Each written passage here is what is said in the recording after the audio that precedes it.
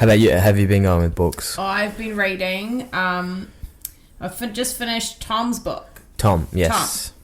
Now, Tom is our guest this week on the podcast. So this podcast. Probably a good time to introduce him. I shall introduce him. Yeah. His name's Tom Ahern, and I've known him for maybe 4 years, and he was one of my first coaches when I first started CrossFit, when I was the shittest cunt at exercise. Literally the worst. He tried his best. He really did. But anyway, he was a super cool dude. I really liked him. I really liked him as a coach. And we both used to work for the YMCA. So we worked at different gyms, but I'd always see him and we'd always kind of chat. He started a podcast called The Mind Mate. Mm-hmm. And he has some really interesting guests on there. Like you? Like me. So it's actually being on Tom's podcast that made me message you and be like, dude, let's do a fucking podcast. Yeah. So we could say his podcast is his inspired mind goal. Yeah, he has. Yep. Which is really cool. Before that, it was just me writing blogs and talking. So, it was a perfect storm. It was that, your blogs, and me being interested in your message, and then having the means to put it all together, I guess, is everything. But came together. Definitely Tom as a catalyst for everything. Yeah, so he had me on his podcast, and this was a few months ago, I think. And it was just a really cool experience, and just had a really good conversation with him. It's kind of like a talking diary almost, because I feel really comfortable with him, and I felt like I kind of realized some things about myself and about my life that maybe I hadn't really before. So it was quite a cool process, and it was rad. So I was like, well, Tom obviously needs to be our first guest on Mind Gold. And he has written a book, which I've just finished, and it's called I'm Fine, Just Tired. And it's about his struggles with anxiety and how he's overcome his own, I guess, mental health, issues that he's faced in his life, and just, I guess, how that's shaped him. And it's really fucking interesting. It's really, raw, really honest. Knowing him and reading it, it's like him, he's talking to you. So it's kind of cool. So we've got some really interesting stuff we want to get into, based off of that book, and just about Tom and what he's got to say to us, which I'm really excited about. It's going to be fun. It's going to be really fun. It's going to be our first three-way. We're sharing a microphone for this one. I know, we're practicing. Yeah. So we'll try not to I don't want to say waste people's time, because I don't think it's a waste listening to this, but we will jump straight into this interview with Tom. And when I say jump into it, there's going to be a couple of days in between, but you guys aren't going to know about it. We're not going to it's not going to be silence for 2 days, and then we're like, hi Tom, and he's like, hi guys. And then we'd just come back every now and then and be like, hey, just 24 hours left, guys, just hang in there. So what we're going to do, right, it's real clever. We'll stop it now, and then, we'll just pause it. And then, we'll see Tom on Saturday, and we'll, start it again and be like, hey, Tom. And he'll be like, hi. And it'll be like, this never happened, except for it has. Yeah, it hasn't happened. Okay, so we're going to stop it now. Yeah. But Tom's going to come he's not here. Straight into us. No, he's not here right now. There's a portal into a new dimension. Yeah, basically. So... yeah. Hope you enjoy the rest of the podcast, which will continue now. Right now. Hi, Tom. Didn't see you there. I know. I was, like I said in my previous joke 2 seconds ago, I was hiding behind the couches. Naked, of course. Love when you start a joke before you start recording, and then you've got to repeat it. Yeah, fucking hell. Still sounds authentic. It's fine. It was a terrible delivery. This equipment's cool. I really like it. Thanks for coming. Yeah, we're very professional here. It's good. It's actually, like I was saying, it's so much more professional than my setup. My setup is QuickTime player on my computer and a microphone. You guys got the whole bit here, the tables, the chairs. Yeah, but it's the best. As the saying goes, all the gear, no idea. Oh, 100%, literally no idea. I just asked James why it was red. Yeah. I go, that's recording. That means it's recording. Exactly. So we're doing well. Yeah. I love it. Anyway, how Mate. the fuck are you? I'm super humbled to be here. I don't often get to be interviewed, which is really cool. And it'll probably just end up being a really candid conversation, you know, because you and I know each other very well, and we've just met each other, James. Just It's met, yeah, legendary. thank you. I'm really excited to be here. I'm very, very well. I started doing jiu-jitsu actually a couple you? of months ago. Yes, Yeah. nice. Where? At Ben Hall's, just in Chapel Street. Yes. And Okay. I'm just getting paid to have my ass handed to me all the time. Yep. Which is actually very good. It's I great. really enjoy it. isn't Yeah. it? Yeah. It's weird. It's some fetish. Some It's sort of thing I it's have. like you go in there and you get your butt kicked by a girl that's Yeah. 20 kilos, 30 Yeah. kilos lighter than That you. does sound kind of hot. Oh, it's great. It's very humbling, I guess. It's true. Yeah. And I think there is a real psychological component to it, like actually embracing that risk, that fear, you know, it has its application to other aspects of life that you potentially find fearful and don't want to embrace. Yep. You know, so like if you can actually find that within yourself, it's like, you know, I'm actually going to see how I go here. If I get choked out, I get choked out. That's fine. But then how many other aspects in life do you not even attempt, you know? So you get choked out before you even try, you know, like public speaking or writing, even just personally in your own diary, writing the truth down, like all shit like that. That's where I think martial arts, and I'm only very new to it, but I think martial arts has a really, really, it's got something to it, you know? Yeah.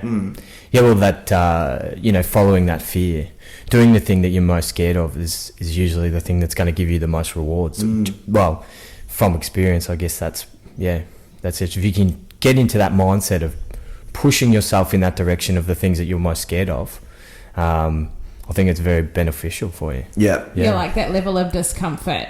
I was listening to something the other day about how like humans really need that struggle, and if they don't like find an outlet to like provide them that struggle, like jiu-jitsu or like weightlifting or like whatever that is, then they'll kind of end up creating drama within like their relationships or like in a negative way in their life because they don't have that outlet where they are uncomfortable, because we actually need that. Like we need that variance and we need that like level of conflict, I guess. Yeah. You know, they were doing all sorts of happiness studies on soldiers that were in World War II, and they found that, you know, that was actually the happiest stage in their life. And it kind of made me think about the way the psyche balances, you know, the internal with the external world. And when there is a lot of conflict in the external world, you know, just in layman's terms, you don't really have a whole lot of time to think about yourself. You know, it's like, oh, fuck, I'm dying. You know, people are shooting at me from all angles here.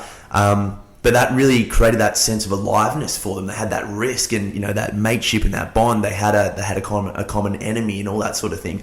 But when we sit idly by, you know, and we don't have, I mean, we obviously don't have to go to war to be happy, but you have to have some sort of external risk that just puts things into perspective for you, you know. And I think, you know, if the topic of this podcast is about authentic purpose, like exactly like what you said, James, following your own fear, which is subjective by nature, is where that idea of purpose is going to be illuminated, you know, because we all have different fears, but what lies behind those fears is magical, you know. Yeah, that's a great way to put it. That's so Really fucking cool. Yeah. I love this concept of authentic purpose because you talk about it in your book. Do you want to like explain that a little bit and like what that means to you, and like even how you found yours, or how people can, because I guess not everybody has that or would know what that even meant, really.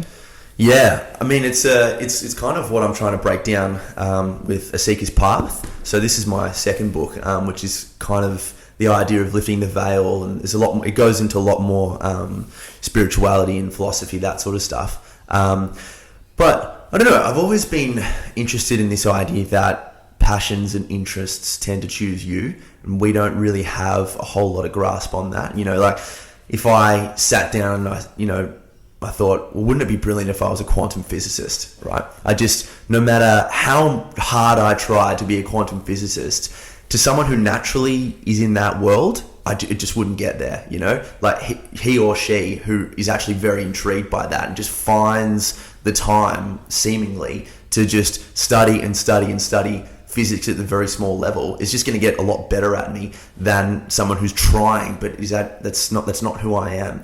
And I think authentic purpose and, you know, coming to understand your own interests and passions really comes down to intrinsic values. So what do you do purely based on the idea that you enjoy doing it? You know, as opposed to, well, if I play the piano, my dad won't hit me, or if I play the whatever, you know, shit like that. Like if maybe it's something like if I go to the gym, then I'll get all the chicks. Even like these external values can be very, very sneaky, and you find that like the more time you kind of thrust into those sorts of ideas, you're like, oh fuck, I actually never really enjoyed this. I was actually just doing it because A, B, and C. Fuck, that makes so much sense. So authentic purpose is basically something that you're driven to do internally, and you're not necessarily getting like a tangible outcome or like some external validation from that. I think so. Anyway. That totally makes so much sense, because if I think about like so many things in my life that I've really like tried to be good at, I've still ended up good at them, but because I haven't really had like an internal drive to do it, like being a chef, for example. Yeah. Like I really wanted to be a good chef, but I fucking hated it. Yeah. Like I didn't have this internal drive to be like a really good chef. It was just like, basically I just tried to be a chef despite someone who told me I was bad at cooking once. So it was this constant like need for other people to be like, oh, she's actually really good now. Oh, she proved us wrong. Go her. Yeah. But inside I was like, fuck this in the ass. This is the worst job in the world. Yeah. So it just fizzled because I was like, this is balls. Exactly. Yeah. And it's expedience by definition. It's like means to ends. You know, we're talking about Mark Manson's latest ideas, you 100%. know. And meaning and that whole idea of authentic purpose and, you know, is down to like basically what all the cliches talk about, you know, which is if you had $1 million or if you could live forever, like what would you do? Like but a really good way to think about it in a world that's just absolutely fueled by external validation is what would you do if you had all the time and the money, but no one else in the world existed, right? And then it's just, so if you were stranded on an island, what would you do? It's like, well, maybe I would do weightlifting, or maybe I would just read, or, you know, and the more I'm interested in this sort of stuff, the more I come to realize how much I was fueled by external validation, like, and still am. You know, we always have these urges and instinctual drives and things that are just going to make us like lesser versions of the people that we really want to be. But that's fine, you know. But it's just, I think it comes down to, you know, if you removed every other externality, what would you do just because you enjoy doing it? And so, for example, I interviewed Steve Monaghetti just last week, and we were talking about this exact same topic. The marathon runner. The marathon runner, exactly. And, you know, I was like, why do you think you're such an excellent marathon runner? And he basically just said, it's just because what I like doing, you know? He never ran a race based on, then I'll win the gold, or then it's like, I just enjoy running. So if you enjoy something, naturally you're going to do it a lot, which means naturally you're going to get very good at it, you know? So it can't be about how you're going to compete against someone else or A, B, and C externally. It's just got to be about what you like doing. That, you know, and Csikszentmihalyi, who wrote a book called Flow, said when you're in that state of flow, time adapts to your experience. So you don't start thinking about time, you just lose all sense of who you are, you know, which becomes very spiritual almost. Yeah. I totally understand that. And also we were talking about this a couple of weeks ago, I think, which was that you know, achieving something but not feeling like I need to tell my friend or my partner or whoever that like significant person is in your life, if just feeling that sense of satisfaction within yourself. Like it doesn't matter if someone says well done or if you get like, you know, like a medal or something like that. Like it doesn't matter because having that sense of fulfillment yourself. And that's what I find with weightlifting. Like, I've never fucking won anything for weightlifting. I've never even qualified for anything. It doesn't matter, you know, because that's not why I do it. That's not why I want to do it. You know? Exactly. So why do you do it then? I just fucking love it more than anything else ever. Yeah. And it wasn't something that I was like, I'll show everyone I'm going to get better at this because I've been so bad at it for it. You remember? Yeah. Right? You weren't that bad. You're so hard on yourself. Like, you never were that bad. Dude, honestly. We were speaking about this on our show. I know we were, eh?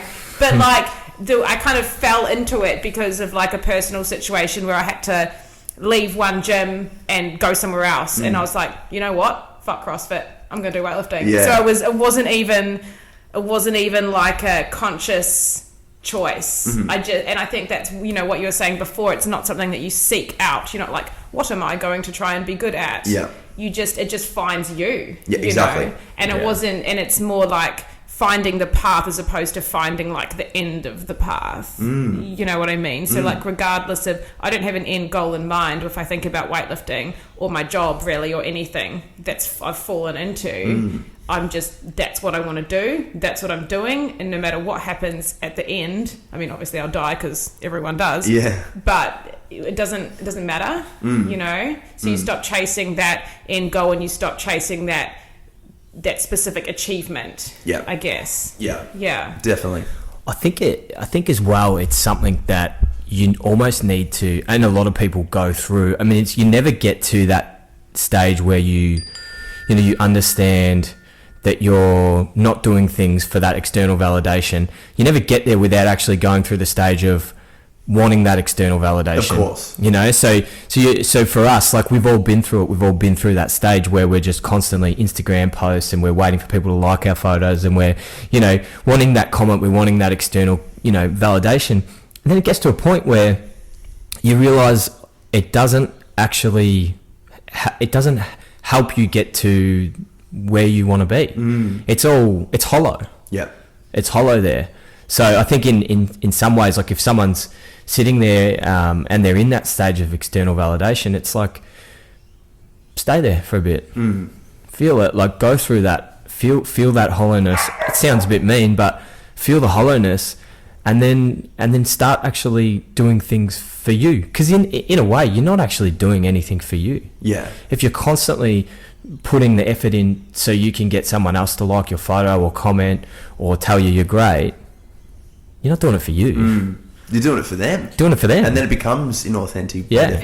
Your content isn't authentic because you're thinking, what would I want to see? What would I like? And now I'm just like, you know what? I'm just going to write what the fuck I want to write. If you can't don't like it, don't follow me. Like I just do not care. Like the karate chopping man. He doesn't give a fuck. Who's the karate chopping? Is it? I got to follow you now. remember from our intro. Right. When you were hiding from the yes, couch. Of course. The karate chopping man. Yes. Dennis. That guy. We're all being more like him, basically. Okay. I'll explain. So do you feel like now you're on a, like more on that authentic purpose, like drive? Like, do you think that you've sort of getting more down to where you want to be or doing the things you want to do for you? I think so because I don't have like a specific goal in mind. It was very interesting. I mean, I always wanted to be, I've gone right into the depths of, you know, trying to psychoanalyze myself, because my whole world, changed when I my mental health really started to deteriorate essentially. So I was, you know, diagnosed with a whole bunch of labels. We can talk about labels, you know, but you know, OCD and panic disorder and ADHD and all these things, you know, it was so bizarre. And I just had no understanding of where to come from, you know, who I was, all this sort of thing. And I've been chasing this dream to be an AFL player. Because I didn't know anything else, you know, I was obsessed with it. And often psychologists talk about people's mental health starting to deteriorate when a goal they've been focusing on for a long time just gets blown away. So either they don't make it when they think they will, or something changes, like they'll have an injury. If we're talking about weightlifting or training, they'll have an injury and they're told, you know, they can never do it again or something. And you can understand how that would fuck with someone, because it's like, oh wow, every definition of myself, who I thought I am, was entirely, you know, related to this goal and this thing, and now I can't have it. Who am I? Yeah, you know completely what I mean? Fucks your identity up. Exactly. Yeah. It's like, it's the exact same thing as if you find out your husband has been cheating on you after 20 years of relationship or something like that. The carpet, you're just going to fall down that rabbit hole because you're just like, okay, I thought we were in love for 20 years, you know. Love is the you know, it's exactly like truth. It's the same thing, you know. And if he didn't love, like, you can't love me if you didn't do that. And then it's like, well, who am I? Who are you? And then if I got that wrong, how much of my perception of the world is wrong as well, you know? So it was all this stuff. And, you know, I got, I tried my luck down at Frankston Dolphins, and then I got cut there. And, you know, looking back on it, I was like, I was never going to make it. But I'm happy I went for it.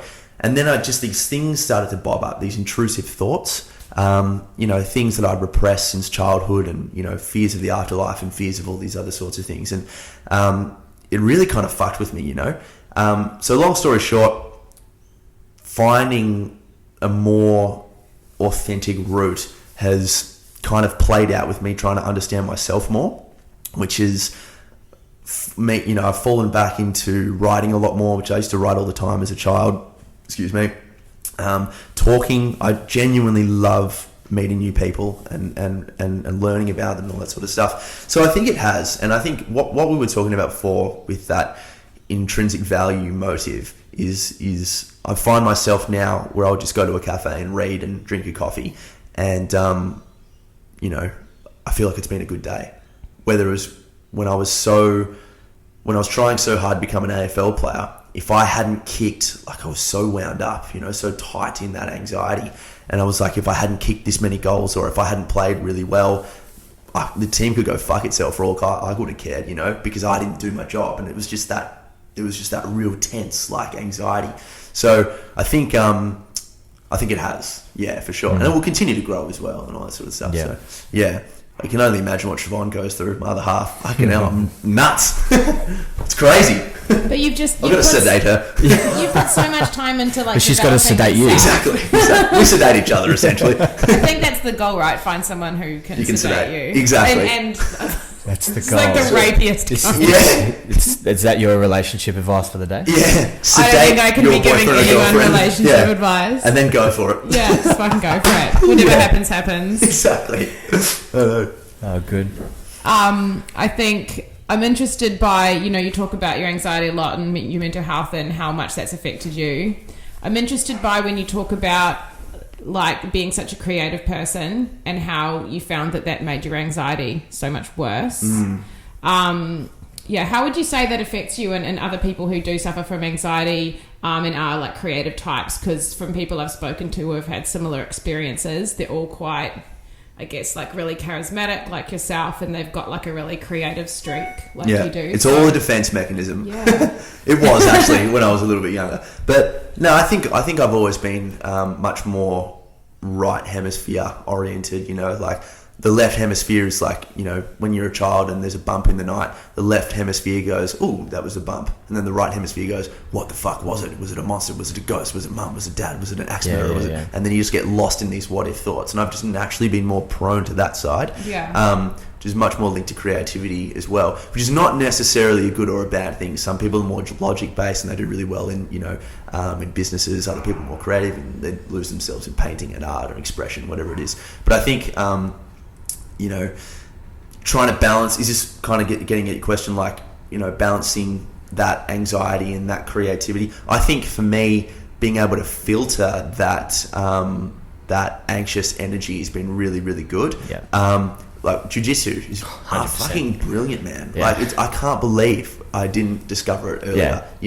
It's so good. I don't know if this is just a boy thing or if it's a boy and a girl thing. It's probably both, but I tried it once. I enjoyed it in the wrong way. Oh, you do it? Yeah. Too much. Too much. We're gonna do jiu-jitsu after this. No, one time. I can't. Push the table out. I can't do it. Yeah. No, you're right. You're right. And I think in terms of what you were saying, like finding something to filter that anxiety, anything physically hard will filter that anxiety. Oh, yeah. And jiu-jitsu is fucking hard physically and mentally too. But anything you do, I mean, for me, I love running as well. So if I've had a stressful day with work and maybe had a few too many coffees, that sort of thing, the anxiety's high, I just go out for a run and I come back and I just it's like you said, it's filtered, it's filtered out, it's filtered through me a little bit more. I think the biggest thing with anxiety is recognizing it. It's there for a purpose, really. Like, if we want to go back to, an evolutionary perspective of anxiety, we needed that to be aware of our surroundings, to keep us sharp, to keep us, so it's not something that we probably should be looking to completely eliminate from our lives. It's something we need to learn to live with. Yes, I mean, for me personally, I've always had a level of anxiety. It's not, I don't roll out of bed one day and go, I've got anxiety, and then another day I don't have it. I've always got it. There's a level of it. Sometimes it's high and sometimes it's low. But what I've learnt to do is to accept it and live with it in a way that's constructive, you know, like that anxiety that, for instance, let's just say, you know, it's expensive to live. So I have that level of anxiety with my money. If I didn't have that level of anxiety, I'd go off and buy dumbass shit all the time. Yeah. If I didn't have that level of anxiety about my health, I'd be out drinking all the time and eating Maccas. So You just had Maccas before. My anxiety is high. I just had it. That's awesome. it was a We'll let snack this out. wrap, all right? Grilled chicken. Oh, the healthiest God choice, damn it. guys. The healthiest choice. But you know my point is Oh, the fact that when you can be constructive with that, you can use that anxiety, and that anxiety is there for a purpose. Oh, it's the best point. Like, I think if people want to take one thing away from this podcast, it's exactly what you just said. Like, this is in some ways why I've kind of moved away from my podcast being about mental health, you know, because we're so easily influenced by the social institution in which we live, you know, and there's very positive things about that. But also, like, the whole thing now, look, it's great that people are talking more about mental health, and I wouldn't be happy with who I am without that, you know. But the idea that anxiety is bad and depression is bad, you said it yourself perfectly. Embrace it, because it's there for a reason. It's not happening to you, it's happening for you. And if you're highly anxious, it only takes a little bit of personal awareness to have a look at yourself and be like, okay, where am I in life the most anxious? Who am I the most anxious around? When do I feel certain, you know, levels of anxiety when I've eaten certain foods? All these sorts of things, you know. Yeah. And you'll find very quickly that these are the areas in your life, people in your life, settings that aren't serving you. And you're like, oh shit, that was pretty obvious, you know. But we have that disconnection. We think that anxiety is bad, and we're supposed to monitor and, you know, take all these pills and all that sort of thing. It's so good. It's actually trying to help you, you know. And I think, you know, it's a little bit of a step. Yeah, I mean, like, I think even something to the extent of, like, depressions, you know, insofar as it's not related to, like, the death or something external that, you know, you couldn't really control, that it was really bad. We have to grieve certain things. But when you are going through a depressive state, you know, like, spending a bit of time with yourself, being truthful with yourself, like, okay, why do I feel like this all the time? Because it won't take long before the first thought that pops into your head is probably the honest one. You're like, oh, I've got to, I mean, obviously, this is why I'm feeling so shit, you know? Yeah. Circadian rhythms, like, you know, not having good, honest chats. Look, we're all looking each other in the eye. Yeah. Shit like this that we've relied on for so many fucking thousands of years. So, yeah, I mean, it's an incredible point, you know? Like, anxiety is there for you to embrace and learn from. Yeah. Yeah. I feel like the answer's always really quite close to the surface as well. Like, whenever I've gone through periods of, like, feeling, like, really, really bad, and I'm thinking, what's wrong with me? What's wrong with me? The answer's right there. I just don't want to fucking accept it, because it's always like, you can't be with that person. Yes. They're fucking you up. Or something like that, and it's something that you don't want to accept. But, you, like, once you've accepted that, you notice instantly that everything starts to feel better. Yeah. And an excellent tool, meditation. You know? Oh my God, dude. I just fucking... Okay. You're onto it? Oh my God. I had it. I'm so excited about it. Okay, I just, before you go off on your tangent, I just wanted to very quickly touch on it. Have you heard Naval? No. So he's done podcasts with Joe Rogan. He does his own little small Ravikant or whatever his last name is. Yes. He had a point on meditation I'd never really heard before, and it was excellent and a really great tool for, like, basically talking about what you're saying, how, like, being with your thought, because in meditation the whole idea is that you are sitting there, you're trying to get the thoughts or not connect to the thoughts, and you're trying to get to a state where you're just there, you know. So his idea with meditation is that you don't get to that stage by trying to eliminate or disconnect from the thoughts.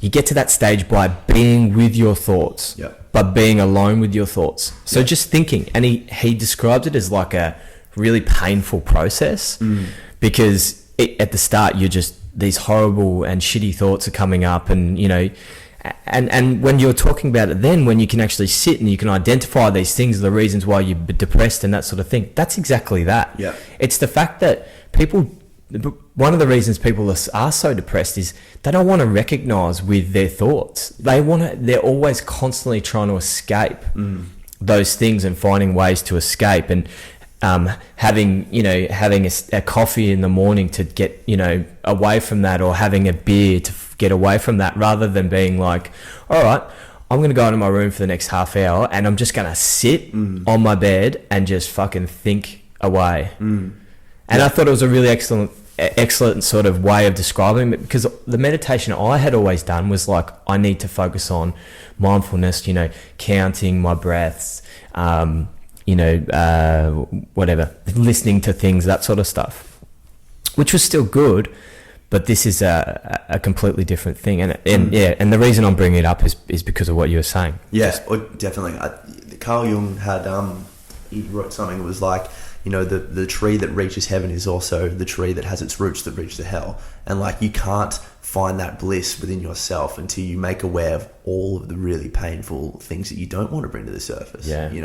And that's the idea of the shadow and all these, like, God, we repress, and I do say repress, not suppress, but like, we repress so many painful childhood memories and traumas and things like that. And you come to understand, all these little intrusive thoughts and behavioral patterns and things very much related to aspects of who you were that were left behind in those moments of fear when we were very young, and all that sort of stuff. And it's very, very painful to go back and look into all of that stuff, and people go back and look into it in many different ways.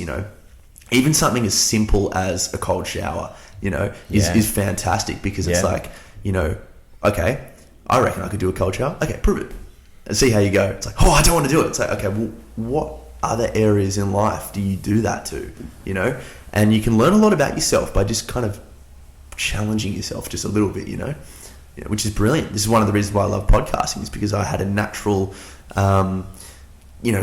inclination for social anxiety, when I first started it. And it was the best thing that I ever did, because it made me actually think about what I was trying to say, and then get to a position where I could actually say what I was thinking. Producing content. Well, exactly. Yeah, for sure. Yeah. For sure. Yeah, it's a skill. It's a skill to produce content, and I guess it forces you to be more truthful as well, because you don't want to. Because now, when you're starting out, you probably don't have an audience, but if you do it long enough, you're going to have an audience. You need to be, truthful. Yeah, you don't want to look back on your first ones and be like, God, I was talking out my arse. Yeah. Like, you might look back and be like, oh, we could have, not had a leaf blower going in the background, for example. But, you're never going to be like, who was that fake piece of shit? Like, I look back on some of my Instagram photos and I'm like, what a fucking loser. Next level. Same. Ridiculous. Same but I think that if you don't, like, then you haven't grown and you haven't changed. So I think it's good. Like, I look back and I'm like, good. I was a fucking loser. Yeah, exactly. For sure. Yeah. We should be able to do that every year. Be like, 100%. Oh wow. Yeah. God, 2018 Sarah was a sack of shit. Yeah. There might be a point in your life where you look back on yourself now and be like, oh, you're... Oh, they're I hope there will be. Yeah. Like, if there's not, then that sucks. That means we have, stopped growing. That's the worst. Yeah, 100%. Yeah. I love when I meet someone that is a fair bit younger, like maybe early 20s, and they talk to you like they got it. They've got it. God, and you don't try and be... I was too. Yeah. I had it. I did have it. Now I lost it.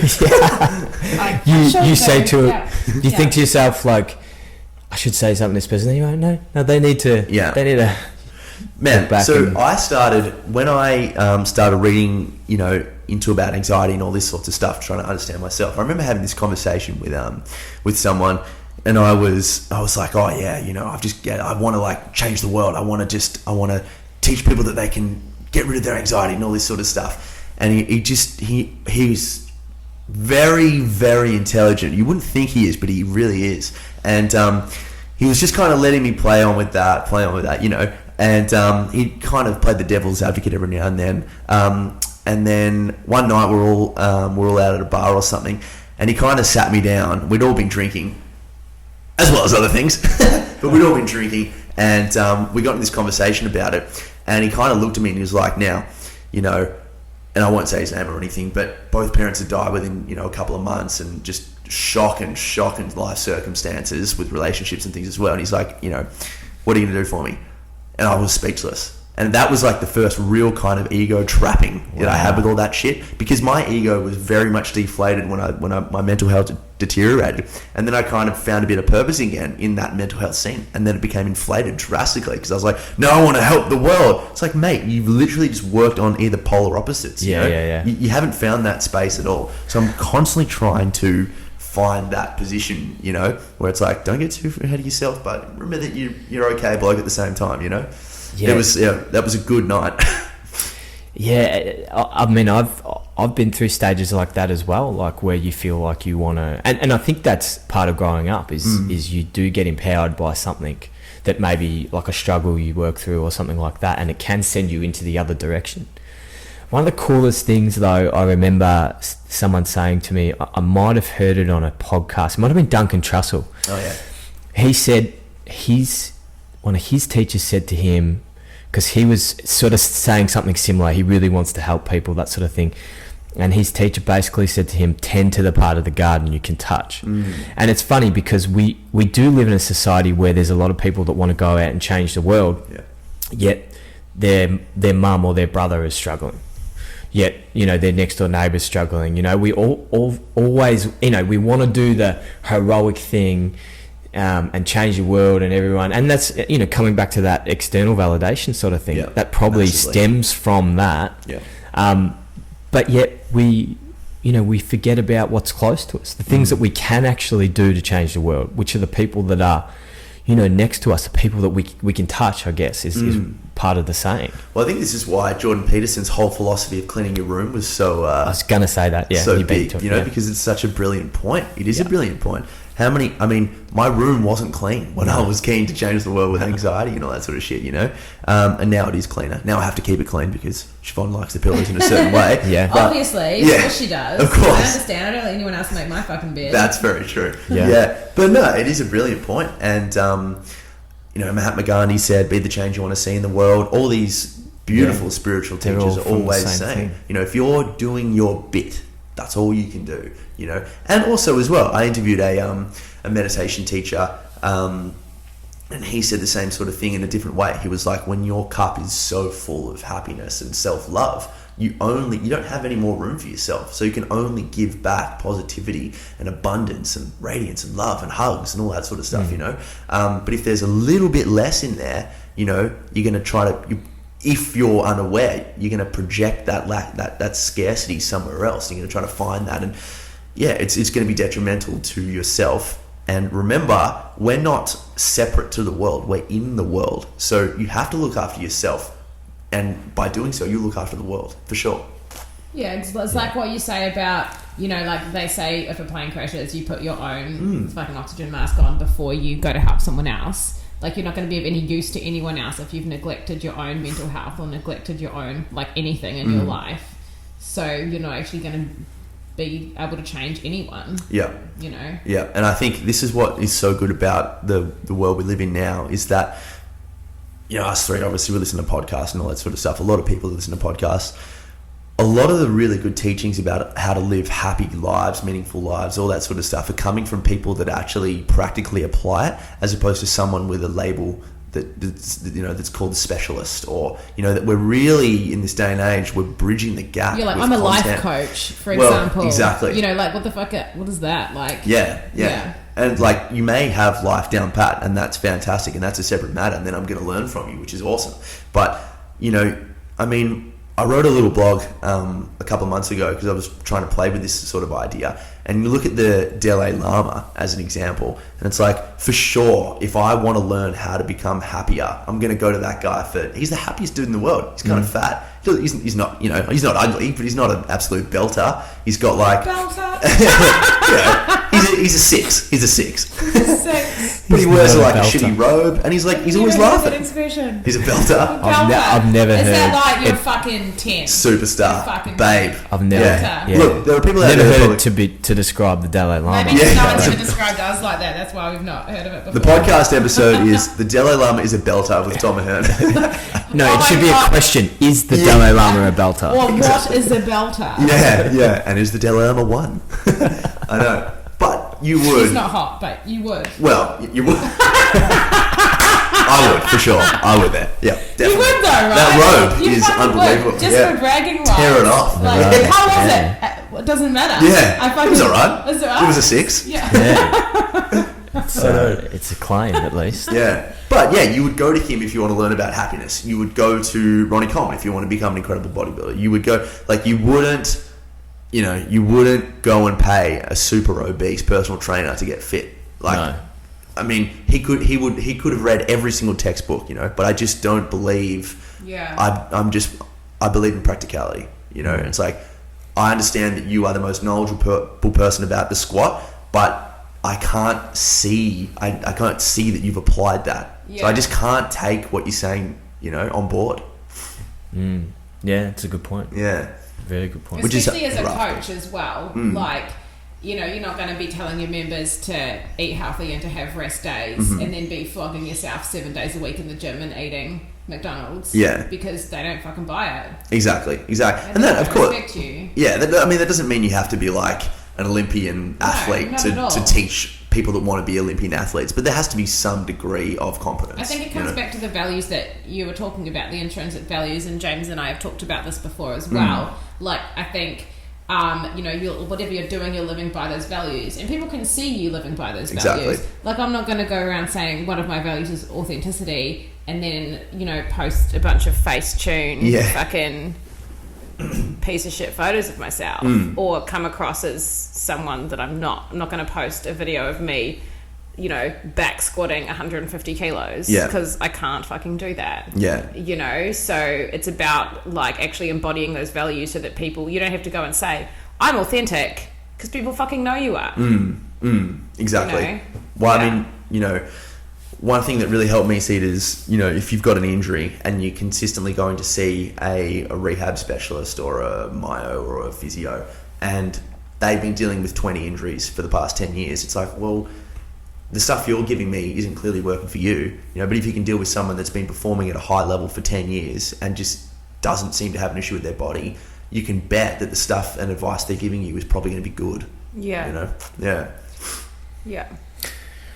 So, if let's say someone is going through existential crisis, did I say that properly? Existential. Yeah. That's right. Existential is probably like extra. I mean, that's a big thing. Top of it. Yeah. I'm going through an extraterrestrial. God. I was probed by an alien. And they. Sorry.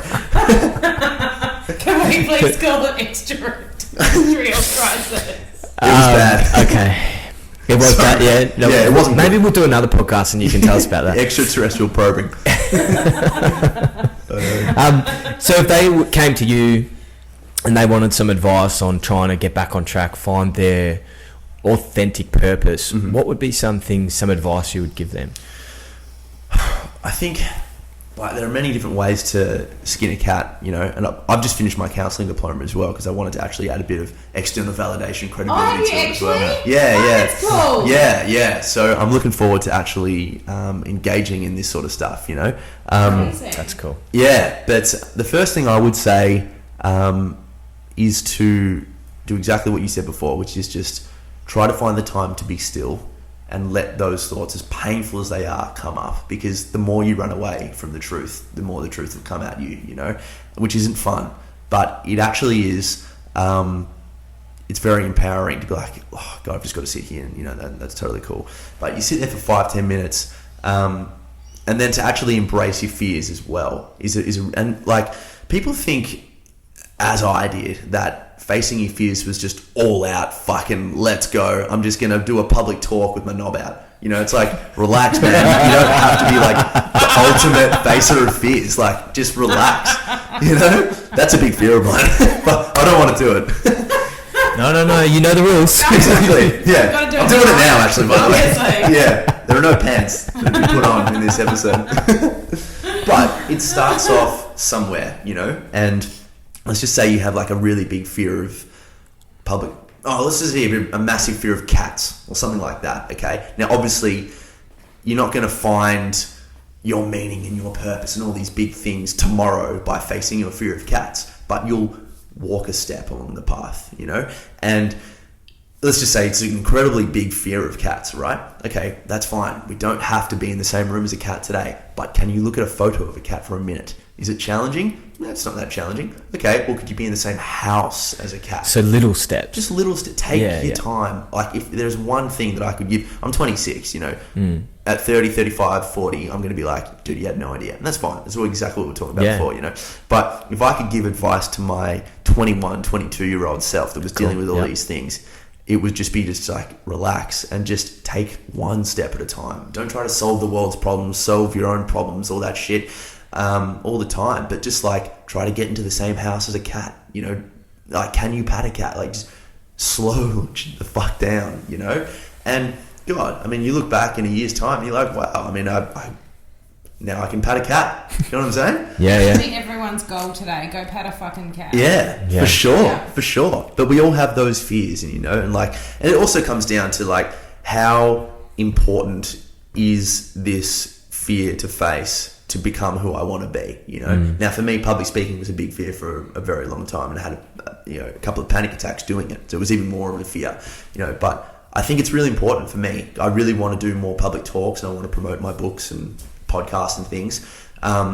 So, you know, rather than what I kept doing all the time and just kept falling in that hole, was just, all right, well, it has to be all or nothing. I have to talk to 100 people here. It's like, no, you don't. But how well can you talk to one person? How well can you look them in the eye, say exactly what you want to say, breathe through it, all that sort of stuff?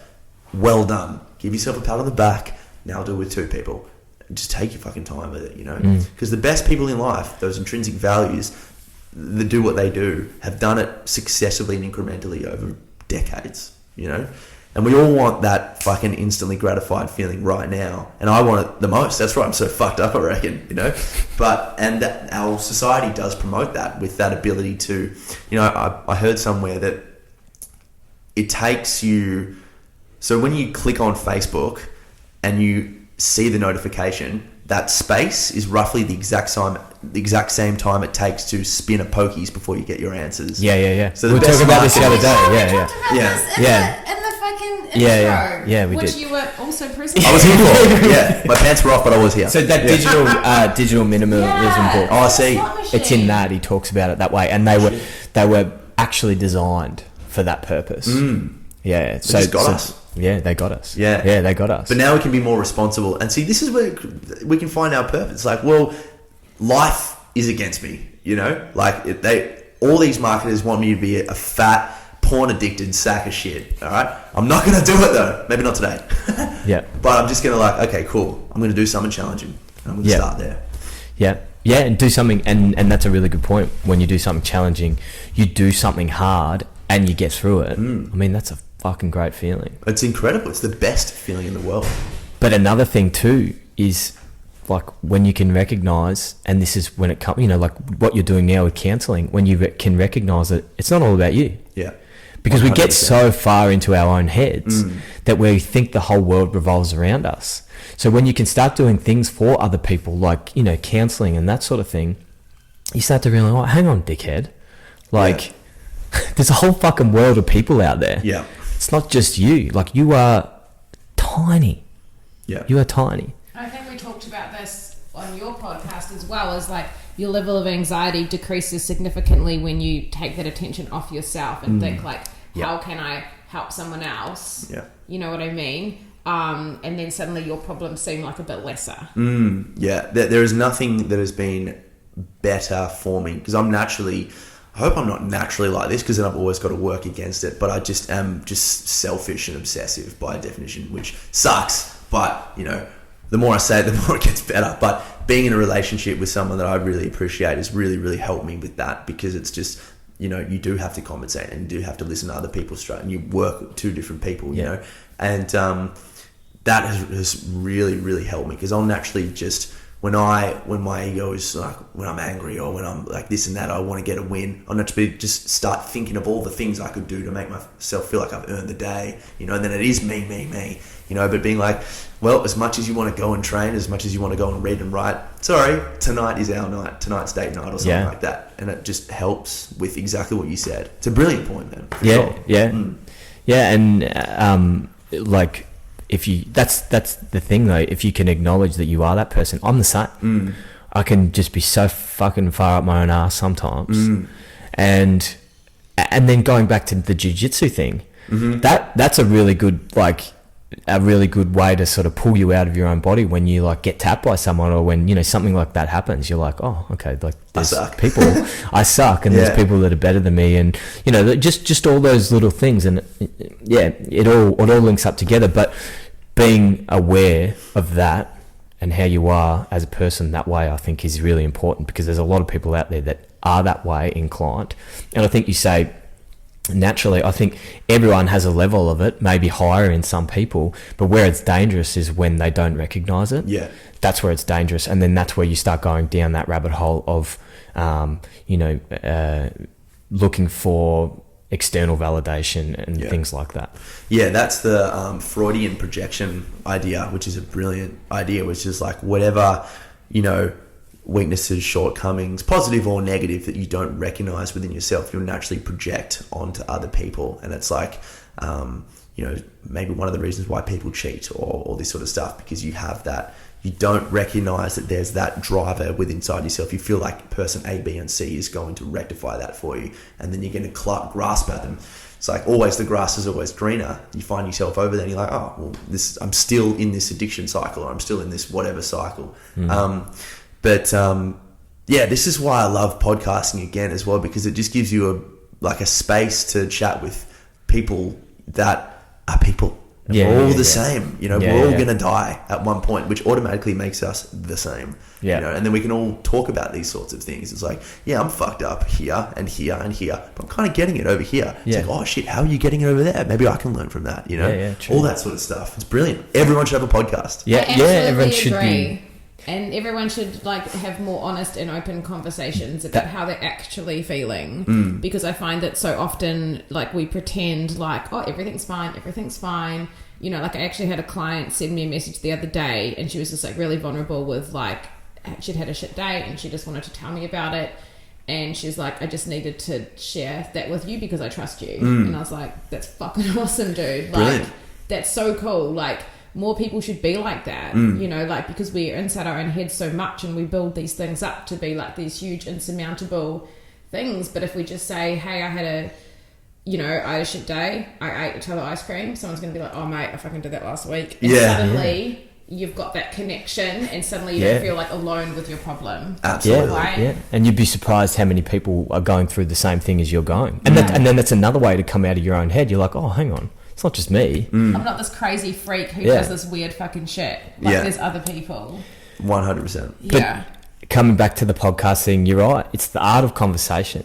And somewhere along the way, I think maybe potentially where social media and things have come around, we've lost that ability to have these long, you know, open conversations with people. Because you can just use an emoji. Yeah, it's true. Eggplant. Says every sentence I need to say. Actually does. For sure. I'll just use a shrug emoji rather than saying, I felt really anxious today because chalk got spilled on the ground in the gym and it made me think that I was going to be really bad at my job for the rest of the week. Shrug emoji. Yeah, exactly. Nailed it. Yeah. Pretty much. But I mean, you don't need this to have a conversation. You just start a conversation with someone. If it helps to record it, get your iPhone out, start recording it. If it, you know, gets you going, it gets you into that conversation, but you don't need it. And I think an important thing as well to remember is it's not like, you know, for us, we got here today, we got in the room, we sort of had to stop ourselves and be like, oh, hey, let's press record here because we start talking. So this isn't fake. This is real. Yeah, it's totally real. Yeah. I think we need to embrace the fucking overshare because I think people are always worried about how it comes across. Am I looking for attention? Am I trying to get people to feel sorry for me? It doesn't matter what people think. If you're putting your authentic, honest self out there and people don't like that, well, that's not on you. That's on them. Yeah. They've got their own shit to deal with. They're also hopefully trying to be their authentic self, you know? Yeah. And it'll be easier in the long run because you'll connect with people that are into the same things you are, and they'll connect with people that are into the same things they are, and everyone wins. And everyone will just be fucking honest and not just send each other eggplant emojis. Exactly, which is a serious issue, you know, but eggplant it says a lot. It Should says a ban lot. it. Let's Should ban be that banned. emoji. I'm going to embrace it. My favourite is the brain emoji. What's the brain emoji? Like, it's literally a little brain. Oh, is it really? Yeah, Your it name is. in my phone has a little brain Yeah. and a little gold star next to it, because mine's gold. Mind Gold. Mind It works Gold. perfectly. Perfect. Yeah. It See, I mean, does. you could have used the Could have eggplant been an emoji for eggplant. Mind Gold, but it works in many sneaky ways, you know. Does, yeah. Mate, what are you reading at the moment? I'm reading a book called Inner Work. So Robert A. Johnson was a Jungian analyst, and he. I'm reading about 5 books at the same time. I can't read one book at the same time. Like, I want to buy this. Yeah. But I've been obsessed with interpreting dreams for like 8 months, and I have learned so much about Oh, myself. that's amazing. I Wow. had a fucked up one last night. Oh, tell me. Oh, mate, it was like just this serial. I was like stuck in like a fucking horror movie. Yeah. It was like, have you seen House of a Thousand Corpses? No. Rob Zombie. No. Oh my god, what is wrong with you? It's the best. It's like my favourite horror movie. Anyway, I was like pretty much like trapped in that movie, and there was just like people being fucking killed. I was killing people. I woke up and Graham was there, and it was okay. Yeah. No shit. Yeah. Yeah. Well, people think. Graham's my cat, everyone.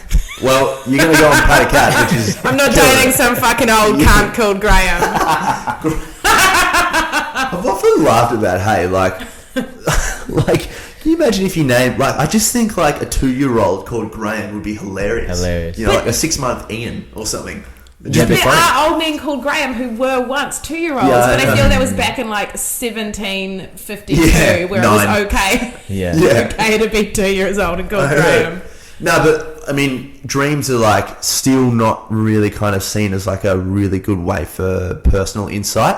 But something that really got me over the line is that up to 80% of PTSD sufferers experience recurring nightmares of the same thing that traumatized them initially, which says that there is something to a dream, you know? Right. And dreams will tell you things about yourself. They'll tell you things that you may not know about yourself. They'll give you compensatory ideas of the way you see the world.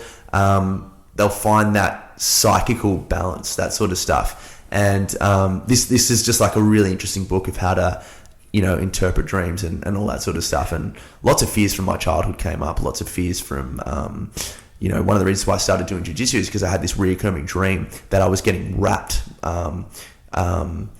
you know, by the devil's snare from Harry Potter. Then Lady Gaga's legs wrapped me. Then like just all this weird shit that kept moving into me playing footy. And I remembered that like 5, 6, 7 years ago, I had this stage where this guy had me in a chokehold playing on the footy field, and I'd forgotten that completely. And I had a massive panic attack when that happened. Then I've started doing jiu-jitsu, and I haven't had that dream since. Wow. That's so cool. Yeah. You know what's weird is that I kept having this dream about this guy from like my past when I used to smoke meth, and it was this whole fucked up situation, and I kept having dreams I was like a teenager, but it kept coming up in my dreams because it was a really traumatizing experience, and I was like, fuck, I just have to get this out. So I like wrote a blog about it and put it out there. Everyone's fucking read it. It's pretty awful. I don't care anymore. Like, it's gone. Like, I haven't dreamt about him since. I haven't really thought, obviously I'm thinking about it right now, but like I literally haven't thought about it because it's like, it's kind of like it cancels it out almost. It does. Conscious awareness. Yeah. Yeah. Is that what it's called? Well, the book's called Inner Work. Yeah. But Jungian analysts tend to believe that conscious awareness is enough to rectify the issue. And then just like a ritual change, like you get the idea or the message or what it's telling you, and then you just slightly change your behavior in accordance with it, and that'll kind of shift you back onto, if you want to go into that woo idea, the spiritual seeker's path, the conscious journey. So yeah. This leads us into your next book. Yes, which is going to be out probably in about 5 years. It's a big one. It's like my first book was 70,000 words. This one's at about 150,000, which is too big. I'm thinking about breaking it up into a couple of books. How do you decide how many words your book is going to be? I don't decide, but it's too much at the moment. So it's like third, fourth. I've been writing it for about a year. It's like third draft at the moment. Yeah. And I'm just fascinated with too many things. I need to bring it back into a way that I'm actually trying to get a message across, you know? So whether that becomes a couple of books or just this big book, I don't know, but it's enjoyable. I'm doing it for me, which is fun. So yeah. That's cool. So cool. That's cool. And if people wanted to buy your book, where could they get it? Anywhere, I think. You can find it on Amazon. It's called Yes, I'm Fine, Just Tired. which is an excuse I used to tell myself all the time, which I'm sure we've all said that before. Yep. And I'm very fucking humbled by the fact that you've bought it and you've read it. That's really amazing. So if you guys want to, give it a read. I'd love to hear your feedback as well, because it's my first book, and hopefully there's a few more. First of many. First of many, hopefully, yeah. First of many. Yeah. Perfect, man. And your podcast too? Yes, it's called the Mindmate Podcast, which is another thing that I just love doing as well. It's really fun. Talking. Conversation. Pretty much. And it seems like you've got some pretty cool guests on lately, like Steve Monaghetti. And me. And Sarah. Yes. I've got... it's just more, if you're interested in psychology and philosophy and, you know, spirituality as well, it's kind of all that sort of stuff, meaning, trauma, anxiety. You know, I've got a whole bunch of, I've got 2 guests coming on the show that did some research into psilocybin for cancer patients in Melbourne, so that's going to be really cool. Where do you find, like, do you just find people? Google and then email and then call them. Google, email, or call them. And I've got Tony Doherty coming up. He's going to be really fun. So hopefully I'll try to get into some of the psychology that, you know, that he kind of looks into as well. But yeah, like, just if you're interested in anyone, just email them or call them. Just be like, hey, I've got this podcast. You know, people love talking about themselves, and that's a good thing. That's true. We can learn from them, you know. Yeah. But for sure, yeah. Cool. You were 100% the inspiration for this podcast as well. Yes. Because I had such a positive experience coming on yours, and like, I think it really made me aware about a lot of things about myself that I guess I hadn't really thought about before. And it's like that whole thing you were saying about the cathartic experience of just like being yourself and sharing that, and not really giving a fuck how it comes across, because that's just you. And I felt like I didn't really have much of a platform to do that, you know, because Instagram is like kind of like a snapshot. Yep. And, you know, you can only really put so much in your bio. Very true. But, you know, it's just like it's a way of like, you know, people kind of understanding how your mind works. And yeah, so that's how this started. Wow. Basically. So thank you. Yeah, it's awesome. I've loved being on. It's been so good. Well, hopefully we can do some more down the track, and for sure. And we look forward to the next book. And thank you for coming on, man. Appreciate it. It was awesome. Thanks, guys. Thanks, Tom. Thank you.